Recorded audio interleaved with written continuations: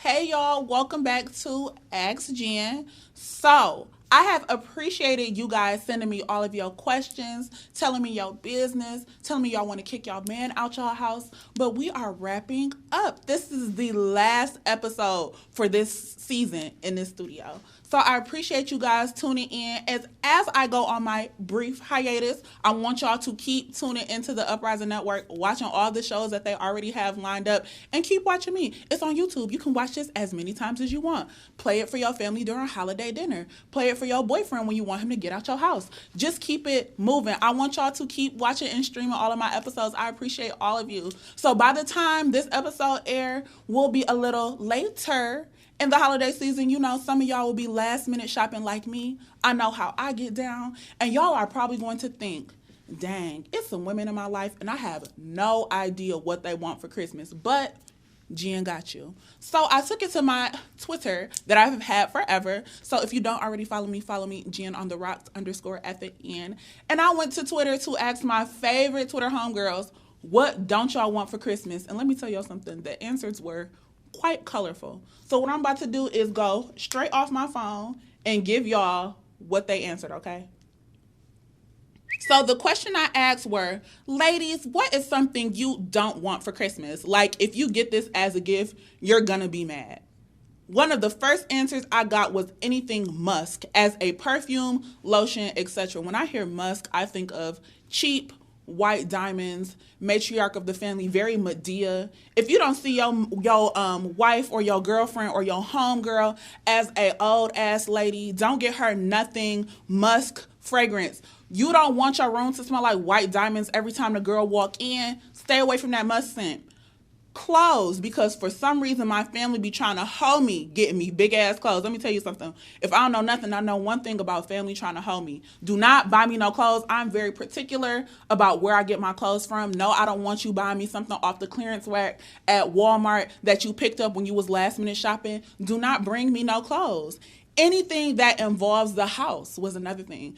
That will never be a gift to me. You trying to tell me my house is dirty or I need to clean up more if you get me something for the house. I don't care how many TikTok life hacks you see and people buying power washers and power dusters and whatever else they need to clean up their house. Don't buy it for me. If you want to do something for my house, get me a housekeeper. Something else that somebody said is a knockoff, cheaper version of anything that I asked for. Do not get me Screaming Mountain Pop. Do not buy me no Brandon Whitewood bag. Do not give me headphones by Devontae. I need the exact name, brand, and product that I asked for. If you do not have the money, which I understand because we are in a labor shortage, we are dealing with inflation, and we are dealing with rising shipping costs, and things are not available in the port, let's do group economics. You call my sister, you call my brother, you call my cousin, say, hey, Jenn wanted this for Christmas.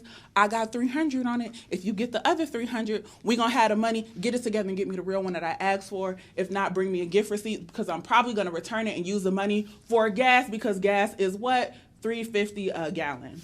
A Bath and Body Works set. I know it is very easy. Y'all gonna walk in Walmart. Y'all gonna walk in Target.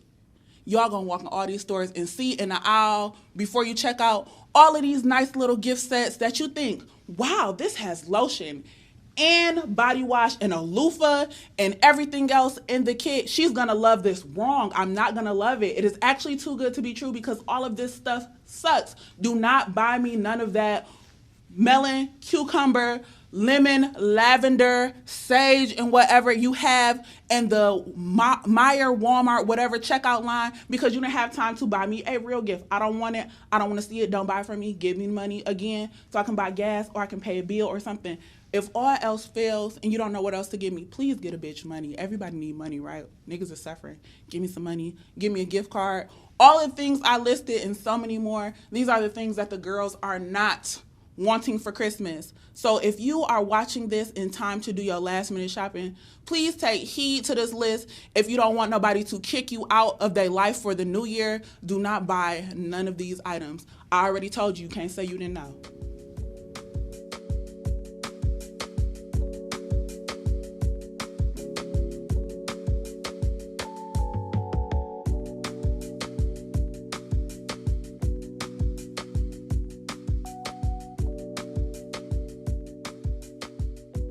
So again, these are the last questions of the season.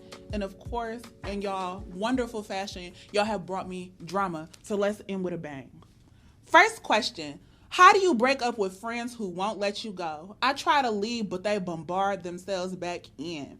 Ooh, not a girl, not your friend not wanting to leave. I feel like this is exactly where boundaries come into play. If you very specifically don't want to be a friend with someone and they keep bombarding themselves back in, create a boundary that does not let them bombard themselves back in. I feel like you need to be very firm with this person and let them know I am no longer interested in having a relationship with them. Let them know why and let them know the type of boundaries you put up. So say, let them know, I don't want you to call me. I don't want you to text me. Do not message me on social media. I don't want you to follow me on social media. I feel like some people kind of lightly be like, okay, I don't want you to be my friend anymore and think that's the end of it. I feel like you need to have a specific conversation and let it be known the type of lapse in communication that you are expecting. I feel like even when you are friends with someone and they felt like they haven't wronged you, it's kind of harder to break up with that friendship relationship. So I feel like as you have already created that separation, great. Let them know the exact type of separation that you are looking for. Set those specific boundaries and let them know. And if they don't pay attention to that and they keep bombarding themselves in that fashion, you may have a stalker, and I feel like you take stronger precautions. Whatever that looks like to you is up to you. But yeah, definitely take heed. Next question. So, should a person have a threesome with a dude that's cheated on her in the past and they are currently still dating? If so, should I pick the bitch or should we pick her together? It went from should a person to we. If this is about you, that's cool too. P.S. It's my decision to have one. It's on my sex bucket list. So I feel like if your man is a cheater, he don't deserve no threesome. Don't give him no threesome. But if you want to give your cheater a threesome, that's your business. But definitely you pick the bitch. If this is on your sex bucket list, this is your man and this is your threesome, take charge. Even if that means asking his homeboy and not a girl.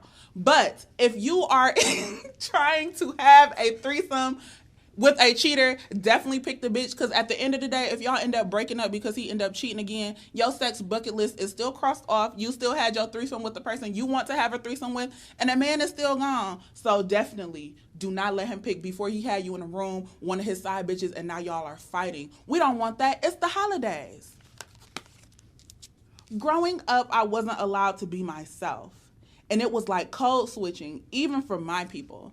How do I cultivate my own identity when I've never been allowed to before? This is a wonderful question because I feel like, at least me, I have reinvented myself multiple times over. So as far as cultivating a new identity, I feel like you need to have a complete reinvention. What do you want that to look like? When you have your new identity or you are cultivating a new relationship with yourself, what do you want to look like? What type of people do you want in your life? What type of tolerance for the different things that you want? And I feel like even if you have not been allowed to be yourself as a child, when you create that reinvention, involve your family. When my family sees me, I don't want them to ask me these questions. I do want them to be involved in this method. Again, like I keep preaching, set those boundaries. Also, cultivate your own identity. Think about all the parts of yourself that you want to shine and how you want them to shine through. I feel like if you start with all the good parts of yourself and the things that you feel like you want to show off within yourself or with other people, start with that, with cultivating your new identity.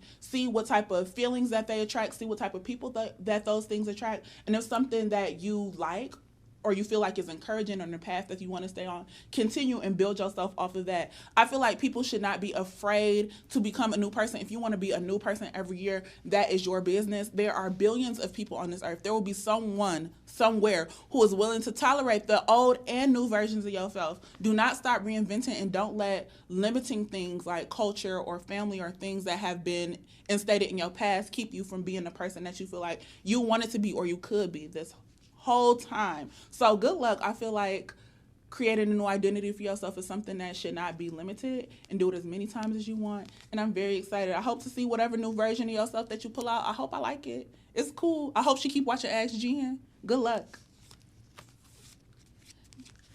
Next question. Recently, I've been going through some real stuff in my family that really impacted my entire family. A lot of my friends were emotionally supportive of me and did a lot. One of my friends disappointed me in her response leading up to all that happened and after. I reached out to her to express that, but she flipped the script and told me how hurt she was that I was saying that she wasn't there for me and tried to bring up a time where she thought I didn't do enough. Long story short, we got into an argument and haven't spoken since. Do you think I should reach out again or let it go? I feel like you should let it go. You are dealing with enough with your family. You have communicated to this friend the type of support that you needed. Your other friends have lent you this same support without you asking all that much of them. And when you brought it up to this friend, they brought up a time where they felt like you wronged them.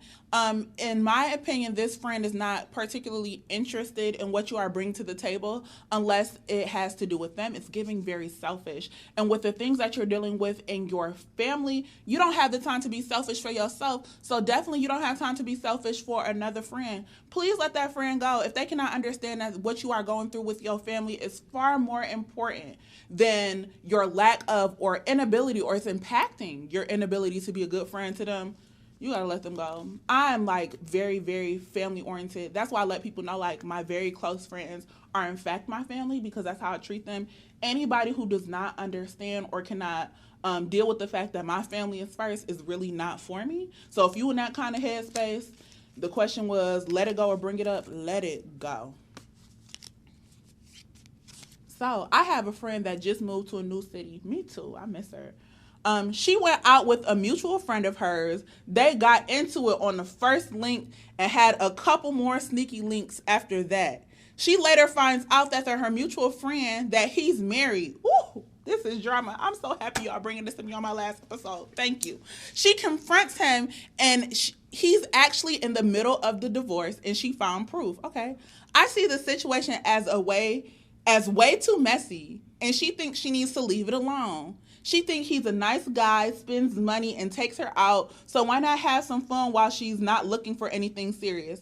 Should I leave it alone and let her have fun, or encourage my friend to leave that mess where it's at? So I'm pretty sure your friend did not know this man was married or going through a divorce. But I feel like encourage her to make whatever decision is best for her.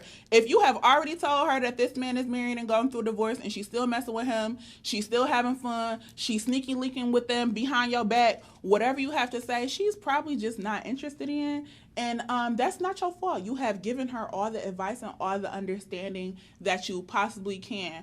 I feel like let her know now, if she continues to make this decision or carry on in this path, the type of support that you are allowing to be there for her. So, for example, I'm one of those people, if I tell you something and you end up getting in a tiff or some problems about this issue, do not bring that back to me, because I already told you. I don't have nothing to say to you except for the fact that I told you so. That's just how I am, and that's why my friends don't tell me things, but that's another thing for another episode. So let your friend keep having fun, but let her know if you get your heart broke by this married man, or he end up getting his family back, or he end up messing with another girl, let her know the type of support that you are going to allow her to come to you with. I feel like once you guys figure that out, you can definitely be able to tell better how to move in this situation. I'm not against somebody having fun, especially with someone who's in the middle of a divorce. They probably aren't with someone anymore, but it's, like I said, it's the holidays. These things get risky. People got to spend the night at their baby mama house, let the kids open gifts together. I'm not that type of girl. I wouldn't allow it, but if your friend not, either let her know this is the type of stuff that you deal with being with a divorced man. So tell her, keep them antennas up. Hey there. Hey. So I'm going back to school and trying to figure out how to pay for my classes. Aren't we all? I don't know how to pay for school. Do you know of any resources where I can receive grants and scholarships? Sincerely, a Black woman trying to graduate. So I want to tell a very unique story. When I graduated, I don't even want to say lucky enough.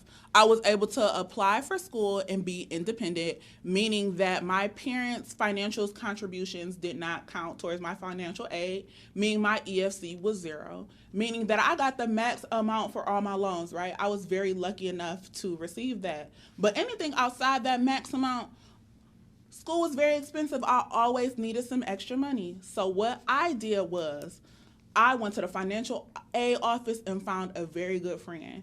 As far as like finding grants and scholarships for a specific school, I feel like whatever school choices that you are deciding, narrow them down and make a appointment with a financial aid officer.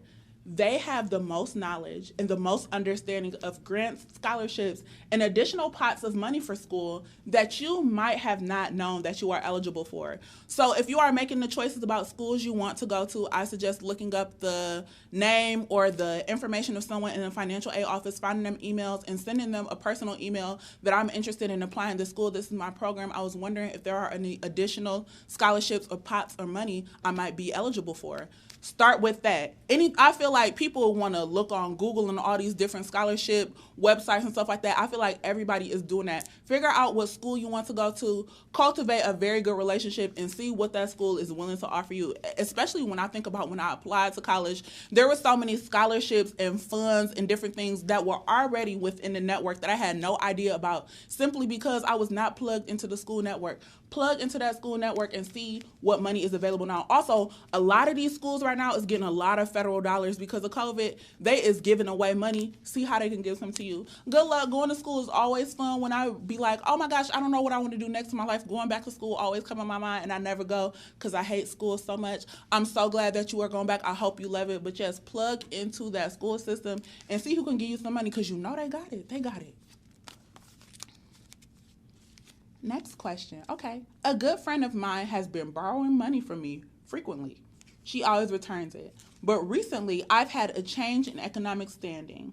I moved out of my family's house and live alone. She recently sent me a Cash App request, and I decided to ignore it this time. My recruit isn't the same, and she has a man. I kind of always wanted to ask her why she can't get it from him, but I also didn't want to offend her. How can I express to her that I am not comfortable with lending her money out right now due to a change in my circumstances without losing a friendship? One, I definitely feel a way with them sending you a Cash App request and not like specifically coming to you humbly and asking you for the money. I feel like a Cash App request is very like, it feel like you owe them and it's something that they have to do. I don't like that. Secondly, if this person is your friend, they should know about your change in income. They should know that you are living by yourself. You now have bills. You now have rent. You have things that you need to pay for by yourself. So they understand that you have a significant change in income. So as a friend, I feel like they're not taking that into account. Also, she has a man, so I don't know why she can't ask him. So let me tell you something about that. I feel like if your friend is bypassing their partner to ask you for money, they feel very secure and very safe in your friendship. And I feel like asking them why they are not asking their partner is borderline rude and offensive. And you never know what their partner is going through. Maybe their partner is taking care of another family member, or maybe they have bills that they need to pay. But if your friend is coming to you as a homegirl and asking to borrow money, you asking, why you not asking your man? That's not fair. Also, we know men be broke. Like, come on, we know he just might not have no money. So, like, give a bitch some grace. So just express to her the things that she should already know. Hey, I no longer am living at home. I've had some finance changes in my household. B, I'm no longer comfortable with lending you certain amounts of money and you have a partner. I feel like just say it straight up. And also, your friend, if they are as close to you as you are, coming to my platform and saying they should not be sending you a Cash App request to ask you for money. They need to be sending you a very personal text message that begins with, hey, how are you doing? Before they ask you for no money. So I feel like it's also, again, inflation is here. Holiday season is here. Everything is expensive. Can't nobody be affording to float money up out their household unless you a pandemic board or you a crypto millionaire. If you is, hit me up. But they should know better. So I just feel like have that conversation. Be as specific as you can, especially if you feel like this person is very close to you. And hey, I've had all these changes. I know I've done this for you in the past. I can no longer do it. And if you can contribute maybe a little bit, maybe it's not as much as you have in the past or the amount that they have asked you for. If you know this friend is struggling, try to contribute what you can. Also, why are you always struggling? Why you always need something? Ask your friend, like, do you need us to look for you a better paying job? Do you need a side gig? Do you need to do some DoorDash, some ship, something? You cannot be coming to me as your bank of friend every time you don't have no finances. So if you need to game plan with them too, see if they can get them a little side hustle together to get some additional dollars. do that as well. Be as helpful as you possibly can without handing them some money. Because, baby, I can't have no money floating about my household. And I don't think nobody can. It's hard. Okay, so next question. If you're dating a man who has no issue with you working 2 jobs while he only has 1, is it fair to say that you should cheat? Now, you know you wrong. You know you wrong. You know you wrong. If you want to cheat on that man, cheat on that man. Don't say I said it was okay to cheat. Okay? Don't bring that over here. But I feel like you should have a conversation with this man like, you know, you my man, we supposed to be helping each other out. We are in a relationship. Why am I working harder than you? I feel like relationships are not 50-50. Relationships are 100-100. If I'm working 2 jobs and you see us not doing as well, why are you not getting a second job as well? I'm the only person here who should be working 2 jobs. So I would say do not cheat. Maybe you need to break up with him for a man who is making more money or a man who has 2 or 3 jobs. Whatever tickles your fancy, don't cheat. That is my answer. Have a conversation with him about money. Maybe y'all see a financial advisor together. Watch some videos. Create a savings jar. Don't cheat, but ask him, why you think you should be working harder than him? Patriarchy says, according to AppleCare, patriarchy says men are supposed to be working harder. And I know, like, shit be rough, whatever. People go through stuff. But ain't no way I'm going to be working 2 jobs and you working 1. So somebody needs to make more money or get another job, and it's not going to be me because I already have 2. We can't do 3. But no, you shouldn't cheat. Don't ask me, should you cheat on your man? No, you should not cheat on your man.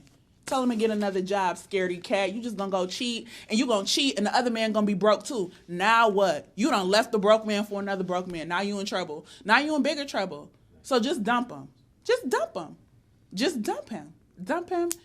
And maybe drop one of your jobs and maybe find a better paying job. Like I said, maybe you need to ship or DoorDash or do something fun. Don't cheat on that man. You so mean.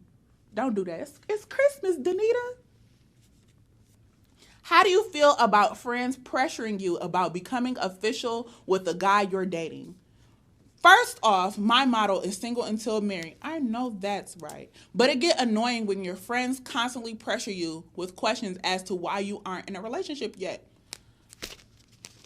If I had any advice, don't let nobody pressure you into doing nothing, but definitely don't let your friends pressure you into a relationship with somebody that you're not sure you are in a relationship or want to be in a relationship with. Single until married is a very wonderful and very true concept.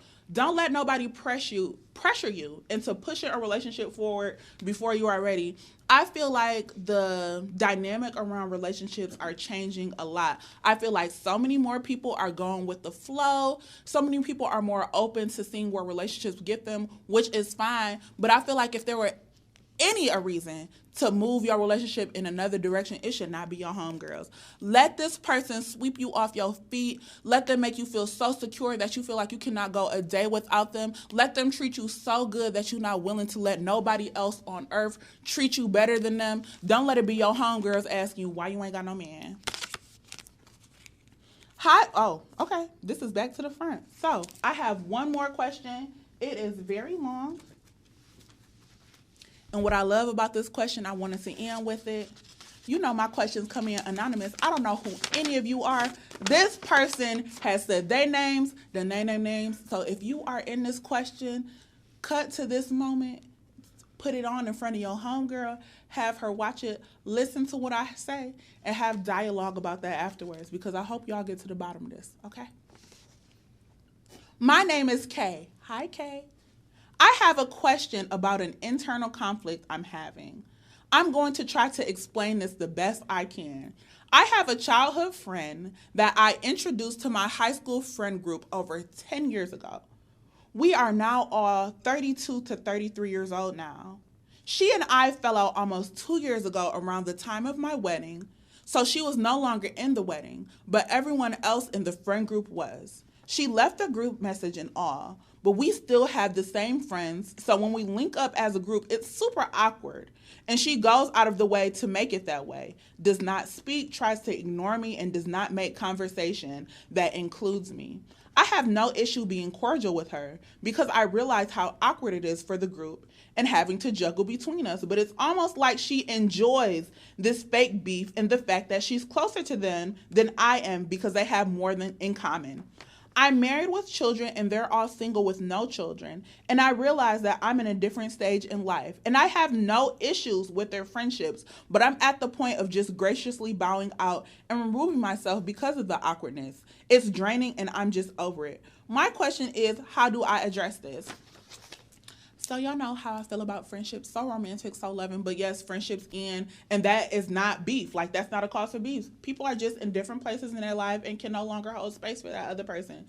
Fine. But to be in front of my friends and make it out your way to make things awkward, being with my friends and making it out your way to make it this fake beef, and being with my friends, again, these are friends that you introduced her to, and making it out her way to the point that she is making them choose between the two of you because of her behavior.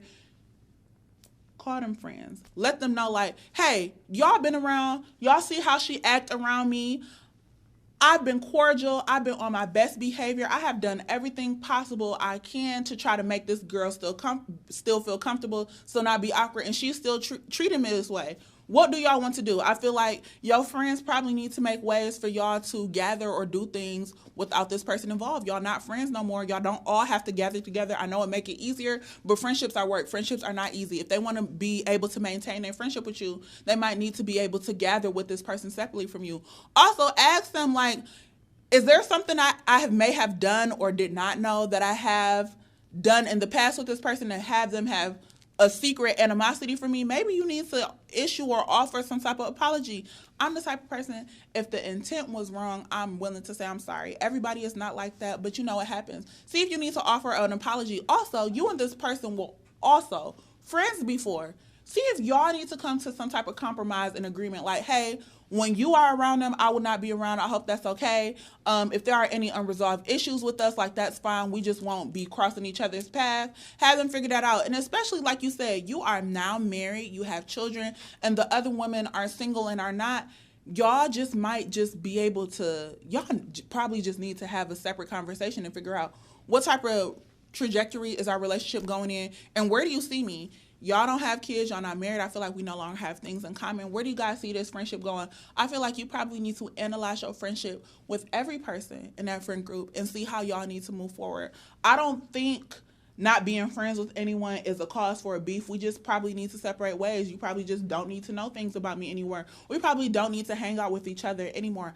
I don't think that is a problem or reason for beef. And I'm thinking, like, of course, I keep saying, like, it's the holidays. People are going to gather. People are going to get together. And I would hate for you to be separated from your friend group that you love oh so much because of this person that y'all introduced them to. So I especially suggest that you have a conversation with all of the friends in the friend group. Let them know how they want to move forward with this and let them decide. I feel like you have done your piece. You introduced her to the friend. You being cordial with her. You're not causing no beef. None of this issues is on you. Just ask your very close friends, hey, what y'all want me to do next? And whatever they say goes, and if you're not with it, let them go. Good luck. So, this is the last long question that we have for this in-studio episode for the season. Next season, we are coming back bigger and better. Barry the Boss has so many things in store for us. We have so much off-season content. Ask Jenn will be available in podcast form. For those of you who don't have time to sit in front of the TV and watch me and my face for 20 minutes, you can listen. I am so happy to be able to offer you guys insight and advice and understanding. And next time y'all see me on this couch, things are going to be bigger and better. I'm about to take a little break. I'm going to miss you. I hope I come back skinnier. Thank you so much for watching Ask Jenn. Before you buy your girl that melon and cucumber set in the Meyer aisle, ask yourself, what would Jenn do? Jenn already said, don't do it. Just give sis the money. Gas $3.50 a gallon. She gonna need that $20 way more than she gonna need these funky ass bath salts.